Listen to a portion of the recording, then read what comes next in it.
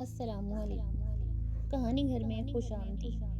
میری آج کی کہانی کا نام ہے عاشق جن۔ تو چلیں شروع کرتے ہیں۔ نگینا میری بچپن کی دوست تھی۔ وہ اپنے آپ کی طرح ہی ایک نگینا تھی۔ وہ بہت حسین اور خوبصورت تھی۔ نگینا اپنے والدین کی اکلوتی اولاد تھی۔ اس کا کوئی بہن بھائی نہ تھا۔ شادی کی تاریخ مقرر ہو چکی تھی اور نگینا اور مبین دونوں کے گھروں میں زور و شور سے شادی کی تیاریاں شروع تھیں۔ نگینا اور میں ایک ہی محلے میں رہتی تھیں، اسی لیے ہمارا ایک دوسرے کے گھر ہر وقت آنا جانا لگا رہتا تھا۔ اللہ اللہ کر کے مائیوں کا دن آن پہنچا۔ میں سارا دن نگینا کے گھر پر ہی تھی اور نگینا کی والدہ چچی حفصہ کے ساتھ گھر کے کاموں میں ان کا ہاتھ بٹا رہی تھی۔ چچی حفصہ اور چچا قمر الدین نگینا کے والد مجھے بھی اپنی بیٹی نگینا کی طرح ہی سمجھتے تھے۔ شام کو ہماری دوسری سہیلیاں فاخرہ اور انیلا بھی آ گئیں۔ 7 بجے سے پہلے مبین کے گھر والے مہندی لے کر آ گئے۔ نگینا نے پیلے رنگ کا مہندی والا سوٹ پہن رکھا تھا اور ہلکے ہلکے میک اپ میں وہ بہت خوبصورت اور حسین لگ رہی تھی۔ نگینا کو مہندی والے سٹیج پر بٹھا دیا گیا۔ فاخرہ اور انیلا نگینا کے ارد گرد وہیں موجود تھیں۔ جب سارے مہمان جمع ہو گئے تو مہندی کی رسم شروع ہو گئی۔ سب سے پہلے نگینا کو مہندی لگانے مبین کی اماں شمشاد چچی سٹیج پر آئیں۔ ابھی چچی شمشاد نگینا کو مہندی لگانے ہی لگی تھیں کہ نگینا نے چچی شمشاد کا ہاتھ دور جھٹک دیا اور غصے سے کھڑی ہو گئی۔ اس نے اپنا مہندی والا دوپٹہ کھینچ کر دور پھینک دیا اور اپنے پاس پڑی ہوئی مہندی کی پلیٹوں کو اٹھا کر دور جا پھینکا اور زور زور سے چلانے لگی۔ خبردار، کسی نے مجھے مہندی لگائی تو میں اسے زندہ نہیں چھوڑوں گی۔ بیٹی تم یہ سب کیا کر رہی ہو؟ چچی شمشاد نے آگے بڑھ کر سنبھالا۔ دفع ہو جاؤ یہاں سے، خبردار میرے قریب مت آنا۔ نگینا نے چچی شمشاد کو زور سے دھکا دیا اور چچی شمشاد دور جا کر زمین پر گری۔ ان وقتوں میں شادیوں میں ویڈیو بنانے کا رواج نہ تھا، لیکن پھر بھی نگینا اکلوتی ہونے کی وجہ سے بہت لاڈلی تھی اور چچا قمر الدین نے ویڈیو بنانے والے کو بھی بلایا ہوا تھا۔ نگینا نے جب یہ تماشا لگا رکھا تھا تو اس وقت بھی فلم کی ویڈیو بن رہی تھی۔ نگینا یہ کیا کر رہی ہو؟ میں نے آگے بڑھ کر نگینا کو سنبھالنا چاہا۔ خبردار، دور ہو جاؤ، مجھے ہاتھ مت لگانا، میں تمہیں جان سے مار دوں گی۔ نگینا زور سے دھاڑی اور مجھے بھی ایک زوردار جھٹکا دیا اور میں بھی دور جا گری۔ نگینا کا چہرہ اس وقت بہت خوفناک لگ رہا تھا۔ اس کے چہرے سے وحشت ٹپک رہی تھی۔ سب لوگ جو وہاں موجود تھے سبھی حیران تھے کہ نگینا کو ہوا کیا ہے۔ نگینا نے تو کبھی کسی سے اونچی آواز میں بات تک نہیں کی تھی اور آج یہ اتنا چیخ چلا رہی تھی، میں آج کسی کو چھوڑوں گی نہیں۔ نگینا نے دانت پیسے اور اس کے ساتھ ہی اس نے اپنے پاس کھڑی ہوئی فاخرہ کو دھکا دیا۔ فاخرہ بیچاری بھی دور جا گری۔ اس طرح نگینا کافی دیر چیختی چلاتی رہی، پھر تھک ہار کر سٹیج پر رکھی کرسی پر بیٹھ گئی۔ جب میں نے دیکھا کہ اب وہ نارمل ہو چکی ہے تو میں نے جلدی سے اسے پانی کا گلاس دیا، جسے وہ گٹاگٹ پی گئی۔ میں نے اس کے بکھرے ہوئے بالوں کو سمیٹا اور اس کا دوپٹہ دوبارہ سے سر پر رکھا۔ تھوڑی دیر بعد مہندی کی رسم کو دوبارہ شروع کیا گیا۔ چچی شمشاد اور چچا فضل نے نگینا کو ہاتھوں پر مہندی لگائی۔ اس کے بعد باری باری سب رشتہ داروں نے نگینا کو مہندی لگائی۔ یوں لگ رہا تھا کہ جیسے کچھ دیر پہلے یہاں کچھ ہوا ہی نہیں۔ حالات بالکل معمول پر آ گئے تھے۔ بارات آنے والی تھی اور نگینا دلہن بنی بہت حسین اور خوبصورت لگ رہی تھی۔ وہ اتنی حسین لگ رہی تھی کہ جو بھی اسے دیکھتا بس دیکھتا ہی رہ جاتا۔ بارات آنے میں تھوڑی ہی دیر تھی، میں فاخرہ اور انیلا بارات دیکھنے کے لیے نگینا کی بیٹھک کے چھت پر چڑھ گئیں۔ بارات نے نگینا کے گھر کے سامنے پڑے خالی پلاٹ میں بیٹھنا تھا۔ آخر بینڈ باجوں کے ساتھ نگینا کی بارات آ ہی گئی۔ مبین دلہا بنا بہت خوبصورت لگ رہا تھا۔ اس پر شیروانی بہت زیادہ جچ رہی تھی۔ مہمانوں کو کھانا کھلانے سے پہلے چچا قمر الدین مولوی صاحب کے لیے نگینا کے کمرے میں آئے۔ ان کے ساتھ 2-3 گواہان بھی تھے۔ جیسے ہی مولوی صاحب نے کہا نگینا ولد قمر الدین بسکہ راج الوقت 50,000 حق مہر قبول ہے، مولوی صاحب کا اتنا پوچھنا ہی تھا کہ نگینا کی رنگت تبدیل ہونے لگی۔ اس نے اپنے پاس پڑی ہوئی میز کو دونوں ہاتھوں سے پکڑ کر الٹا دیا اور وحشت زدہ ہو کر بولی، مجھے یہ نکاح قبول نہیں ہے، قبول نہیں ہے۔ نگینا نے دھاڑتے ہوئے مولوی صاحب کا گریبان پکڑ لیا اور مولوی صاحب کو دور پھینک دیا۔ نگینا کیا کر رہی ہو تم؟ میں نے اسے بازو سے پکڑ کر کرسی پر بٹھانا چاہا، لیکن اس نے مجھے بھی زوردار دھکا دیا اور میں نیچے گر گئی۔ دفع ہو جاؤ یہاں سے سب لوگ، میں تم سب کو زندہ نہیں چھوڑوں گی۔ نگینا نے وحشت سے اپنا دوپٹہ بھی دور جا پھینکا اور زور سے چیخنے چلانے لگی۔ ہم جتنے بھی افراد کمرے میں تھے سب ڈر کے مارے کمرے سے باہر نکل گئے۔ قمر صاحب، آپ کی بیٹی ذہنی مریضہ ہے اور آپ اس کا نکاح پڑھوا رہے ہیں، مولوی صاحب غصے سے بولے۔ مولوی صاحب، میری بھتیجی بالکل ٹھیک ہے، پتہ نہیں رات سے اس کی یہ کیفیت بنی ہوئی ہے۔ پتہ نہیں اس کو کیا ہو گیا ہے، چچا قمر الدین کے بجائے چچا فضل الدین نے مولوی صاحب کو جواب دیا۔ جب مبین بھائی کو پتہ چلا کہ نگینہ نے نکاح سے انکار کر دیا ہے تو وہ پاگلوں کی طرح نگینہ کے کمرے میں گئے اور نگینہ کے دونوں کاندھوں سے پکڑ کر کہنے لگے، نگینہ ہم تو بچپن سے ایک دوسرے کو چاہتے ہیں، اتنے سال ہماری منگنی رہی ہے اور اب عین نکاح کے وقت تم شادی سے انکار کر رہی ہو۔ مبین نے اس کے دونوں کاندھوں کو پکڑ کر جھنجھوڑا، دفع ہو جاؤ خبیث، مجھے تم سے نفرت ہے، چلے جاؤ یہاں سے۔ نگینہ نے مبین کو زور سے دھکا دیا اور وہ کمرے سے باہر جا گرا۔ نگینہ میں تمہیں یہاں سے لے کر جاؤں گا ورنہ میں یہاں سے کبھی نہیں جاؤں گا۔ مبین اٹھا اور پھر کمرے میں جانے لگا، لیکن چچا فضل نے اسے بازو سے پکڑ لیا اور اندر جانے سے روک دیا۔ قمر الدین صاحب، آپ کی بیٹی کی حالت اچھی نہیں ہے، آپ اس کا علاج کروائیں، ابھی بارات واپس چلی جائے تو ٹھیک ہے۔ اس طرح بارات نگینہ کو لیے بنا ہی واپس چلی گئی اور خوشیوں بھرا گھر ماتم میں تبدیل ہو گیا۔ نگینہ مسلسل چیخ رہی تھی، چچا قمر نے اس کے کمرے کے باہر سے کنڈی لگا دی۔ چند لمحے اسی طرح وہ چیختی چلاتی رہی، پھر ہوش کھو بیٹھی اور بے ہوش ہو گئی۔ رات کے پتہ نہیں کون سے پہر اس کو ہوش آیا، کیونکہ میں گھر چلی گئی تھی اس لیے مجھے معلوم نہیں کہ وہ کب ہوش میں آئی۔ صبح میں نگینہ کے گھر گئی تو وہ بالکل نارمل حالت میں بیٹھی ناشتہ کر رہی تھی۔ وہ اتنی پرسکون تھی کہ جیسے کل کچھ ہوا ہی نہ ہو۔ جس گلی میں میں اور نگینہ رہتی تھیں اس گلی کے سامنے کھیت تھے۔ میں اور نگینہ اکثر وہاں سیر کرنے جایا کرتی تھی، جبکہ انیلا اور فاخرہ ہمارے ساتھ کبھی کبھار جاتی تھیں کیونکہ وہ ہمارے گھروں سے کافی دور رہتی تھی۔ اس دن اتوار تھا اور چھٹی تھی۔ میں نگینہ کے گھر گئی اور اس کا بازو پکڑ کر کھیتوں کی طرف چلی گئی۔ ہم دونوں کھیتوں کی پگڈنڈی پر چلنے لگی۔ نگینہ تمہیں کیا ہو گیا ہے؟ پہلے تم نے اپنی مائیوں پر ہنگامہ کیا، پھر شادی والے دن تم نے وہ ہنگامہ کیا کہ مبین بھائی سے تمہارا نکاح ہوتے ہوتے رہ گیا۔ میں نے پگڈنڈی پر رکتے ہوئے کہا، کون سا ہنگامہ، کون سا نکاح میں نے رکوایا ہے؟ نگینہ لاپرواہی سے بولی، جیسے اسے کچھ پتا ہی نہیں۔ انجان مت بنو، تم نے اپنی مائیوں پر ہنگامہ کیا اور مبین بھائی سے نکاح کرنے سے انکار نہیں کیا کیا؟ میں غصے سے بولی، روبی تم کیا کہہ رہی ہو؟ مجھے تو کچھ پتا ہی نہیں۔ اس کے چہرے پر اتنی معصومیت تھی کہ جیسے وہ ہر بات سے لا علم ہو۔ چلتی چلتی دونوں کافی دور نکل آئیں۔ ایک کھیت میں ہمارے گاؤں کی کچھ عورتیں بیٹھی ساگ توڑ رہی تھیں۔ میں ان عورتوں کے ساتھ باتوں میں لگ گئی اور مجھے بھی پتا نہیں چلا کہ نگینہ میرے ساتھ نہیں ہے۔ میں نے ادھر ادھر دیکھا لیکن مجھے نگینہ نظر نہ آئی۔ پھر میں کچھ آگے بڑھی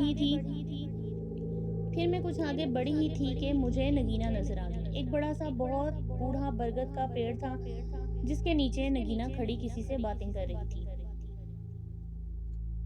نگینہ کی کمر میری طرف تھی۔ میں آہستہ آہستہ چلتی ہوئی اس کے پیچھے جا کھڑی ہوئی۔ اس سے پہلے کہ میں نگینہ کو پکارتی میرے کانوں میں نگینہ کی آواز ٹکرائی، تمہیں ملنے تو میں یہاں آتی ہوں، جب تک میں تمہیں دیکھ نہ لوں، تم سے بات نہ کر لوں، مجھے چین نہیں آتا۔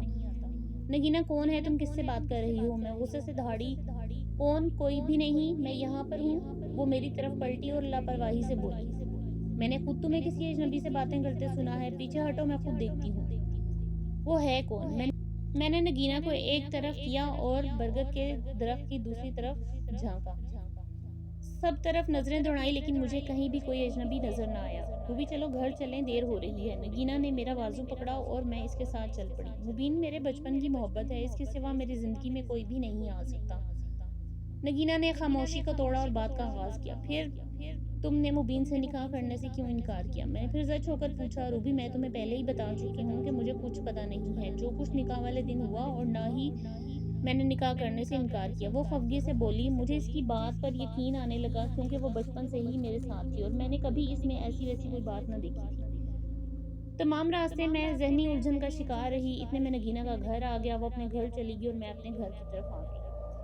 نگینہ اور مبین کے گھر والوں کے تعلقات پہلے کی طرح بحال ہو چکے تھے۔ دونوں بھائیوں نے اور ان کی بیوی بچوں نے ایک دوسرے کے گھر آنا جانا دوبارہ سے شروع کر دیا تھا۔ چچا فضل الدین ایک دن چچا قمر الدین سے کہنے لگے، اب تو مجھے نگینہ بیٹی پہلے سے بہت بہتر لگتی ہے، کیوں نہ ہم دوبارہ مبین اور نگینہ کا سادگی سے نکاح پڑھوا دیں؟ جی بھائی، آپ کا خیال بالکل درست ہے۔ نگینہ بیٹی کو مائیوں اور نکاح کے وقت ہی دورہ پڑا تھا، اس کے بعد میں نے کبھی کوئی ایسی ویسی حرکت نہیں دیکھی۔ اب ماشاءاللہ وہ بالکل ٹھیک ہے۔ چچا قمر الدین نے بڑے بھائی سے اتفاق کیا، چلو پھر ٹھیک ہے، یہ اتوار نکاح کے لیے ٹھیک رہے گا۔ نکاح 2-4 گواہوں کے ساتھ سادگی سے ہوگا، ولیمہ ہم دھوم دھام سے کر لیں گے، چچا فضل الدین نے فیصلہ کن انداز میں کہا۔ ٹھیک ہے بھائی جی، جیسے آپ کی مرضی، چچا قمر الدین پرجوش لہجے میں بولا۔ آخر اتوار کا دن نگینہ اور مبین کے دوبارہ نکاح کے لیے مقرر ہو گیا۔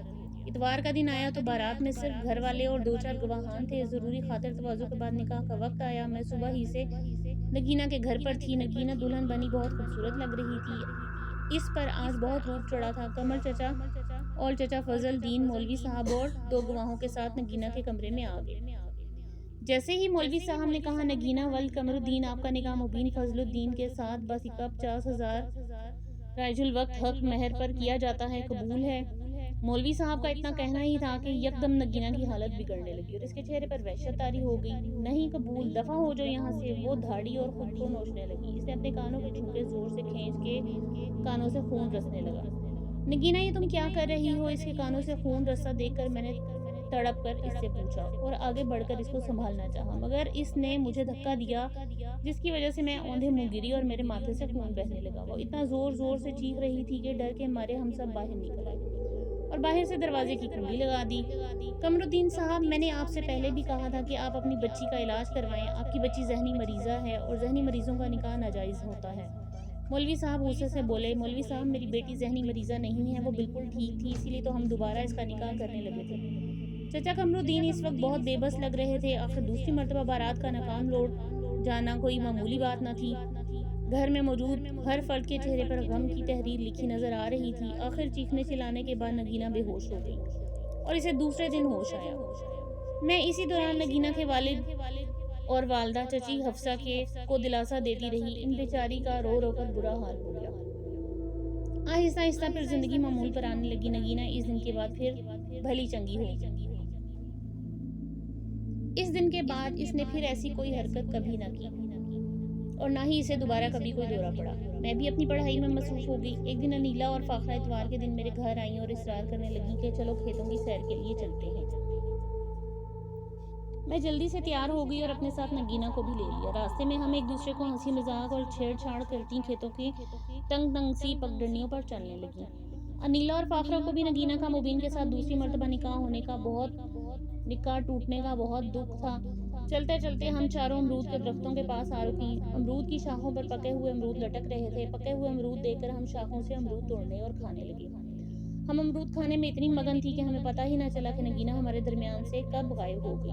شام ہونے والی تھی۔ ہم نے جلدی سے نگینہ کو تلاش کرنا شروع کر دیا۔ تلاش کرتے کرتے میری اچانک نظر برگد کے درخت کی طرف اٹھی، لیکن نگینہ وہاں بھی نہیں تھی۔ میں نے سوچا شاید نگینہ برگد کے درخت کے پیچھے کی طرف کھڑی ہوگی۔ ہم لوگ گھوم کر انیلا، فاخرہ اور میں برگد کی پیچھے کی سائڈ چل دیے۔ درخت کے پاس پہنچے اور برگد کے درخت کی دوسری طرف جانے لگے تو اچانک ہم تینوں کے کانوں سے نگینہ کی آواز ٹکرائی۔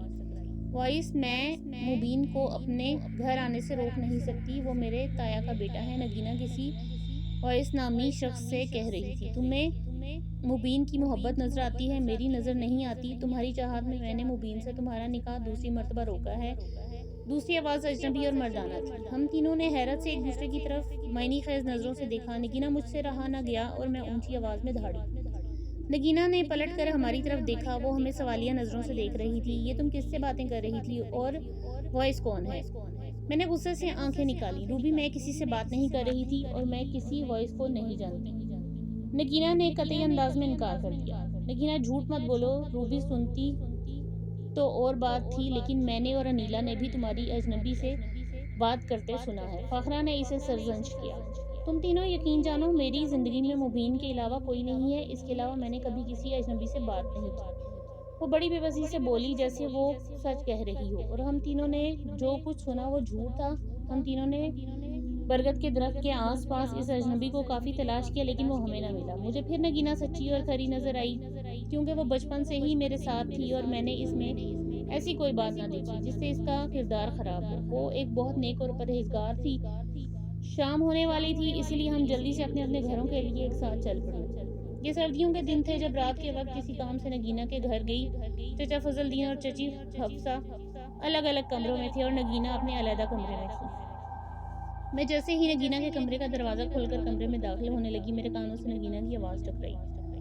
وائس، تم دنیا کے سب مردوں سے زیادہ حسین ہو۔ مبین تو تمہارے سامنے کچھ بھی نہیں ہے۔ جب تک میں تمہیں دیکھ نہ لوں مجھے ایک پل بھی چین نہیں آتا۔ نگینہ کی باتیں سن کر مجھے بہت دکھ ہوا اور غصہ بھی آیا، لیکن میں نے دل میں پکا ارادہ کر لیا تھا کہ آج میں اس وائس نامی شخص کو نگینہ کے کمرے سے ضرور رنگے ہاتھوں پکڑ لوں گی۔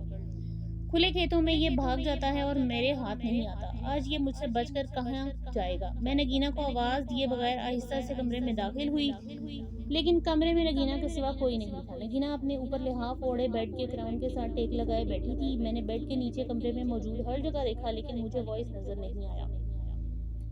کیا بات ہے روبی، کیا تلاش کر رہی ہو؟ نگینہ نے مجھے حیرت سے پوچھا۔ کچھ نہیں یار، ویسے ہی مجھے اپنا پالتو بلا نہیں مل رہا، بس وہی ڈھونڈ رہی تھی۔ میں نے بات بدلی اور نگینہ کے پاس بیڈ پر بیٹھ گئی۔ نگینہ میں تم سے ایک بات پوچھوں؟ ادھر ادھر کی باتوں سے پھر میں اپنے مطلب کی بات پر آئی۔ نگینہ، واقعی ہی تمہیں مبین بھائی سے محبت ہے نا، یا تمہاری زندگی میں کوئی اور بھی ہے؟ روبی، میری زندگی میں مبین کے علاوہ کوئی بھی نہیں ہے، اور وہ میرے بچپن کا منگیتر ہے اور میں اس سے بے حد محبت کرتی ہوں۔ نگینہ کے چہرے اور آنکھوں میں وہی سچ دکھائی دے رہا تھا۔ اس کے بعد مجھے اس سے کوئی اور مزید سوال پوچھنا مناسب نہ لگا۔ یہ اتوار کا دن تھا۔ انیلا اور فاخرہ ہمارے گھر آئی ہوئی تھیں۔ پہلے ہم نے سوچا کہ کھیتوں کی سیر کے لیے جائیں، پھر مجھے اچانک یاد آیا کہ نگینہ کی مائیوں کی ویڈیو فلم آئی ہوئی ہے، کیوں نہ ہم اسے لگا کر دیکھیں۔ انیلا اور فاخرہ نے میری بات سے اتفاق کیا۔ میں نے جلدی سے الماری سے ویڈیو فلم نکالی اور کمپیوٹر والے کمرے میں جا کر کمپیوٹر آن کیا۔ مائیوں والی ڈسک کو سی ڈی روم میں لگایا۔ جیسے ہی ویڈیو فلم چلنا شروع ہوئی تو اچانک ہی ایسے مناظر آئے کہ ہم تینوں کی چیخیں نکل گئیں، کیونکہ مائیوں کی ویڈیو فلم میں اسٹیج پر نگینہ کی جگہ بہت ہی بد شکل اور حیرتناک دیو بیٹھا ہوا تھا، جو چیزیں اٹھا اٹھا کر پھینک رہا تھا اور چیخ رہا تھا۔ وہ بھی ایک خوفناک دیو تھا جس کا چہرہ اتنا خوفناک تھا کہ ڈر کے مارے میں نے کمپیوٹر آف کر دیا۔ مجھ سے زیادہ انیلا اور فاخرہ کی حالت زیادہ خراب تھی اور ڈری سہمی ہوئی ایک دوسرے سے چپکی بیٹھی ہوئی تھی۔ ڈر کے مارے ہم نے وہ کمرہ ہی چھوڑ دیا اور گھر کے دوسرے کمرے میں چلی گئی۔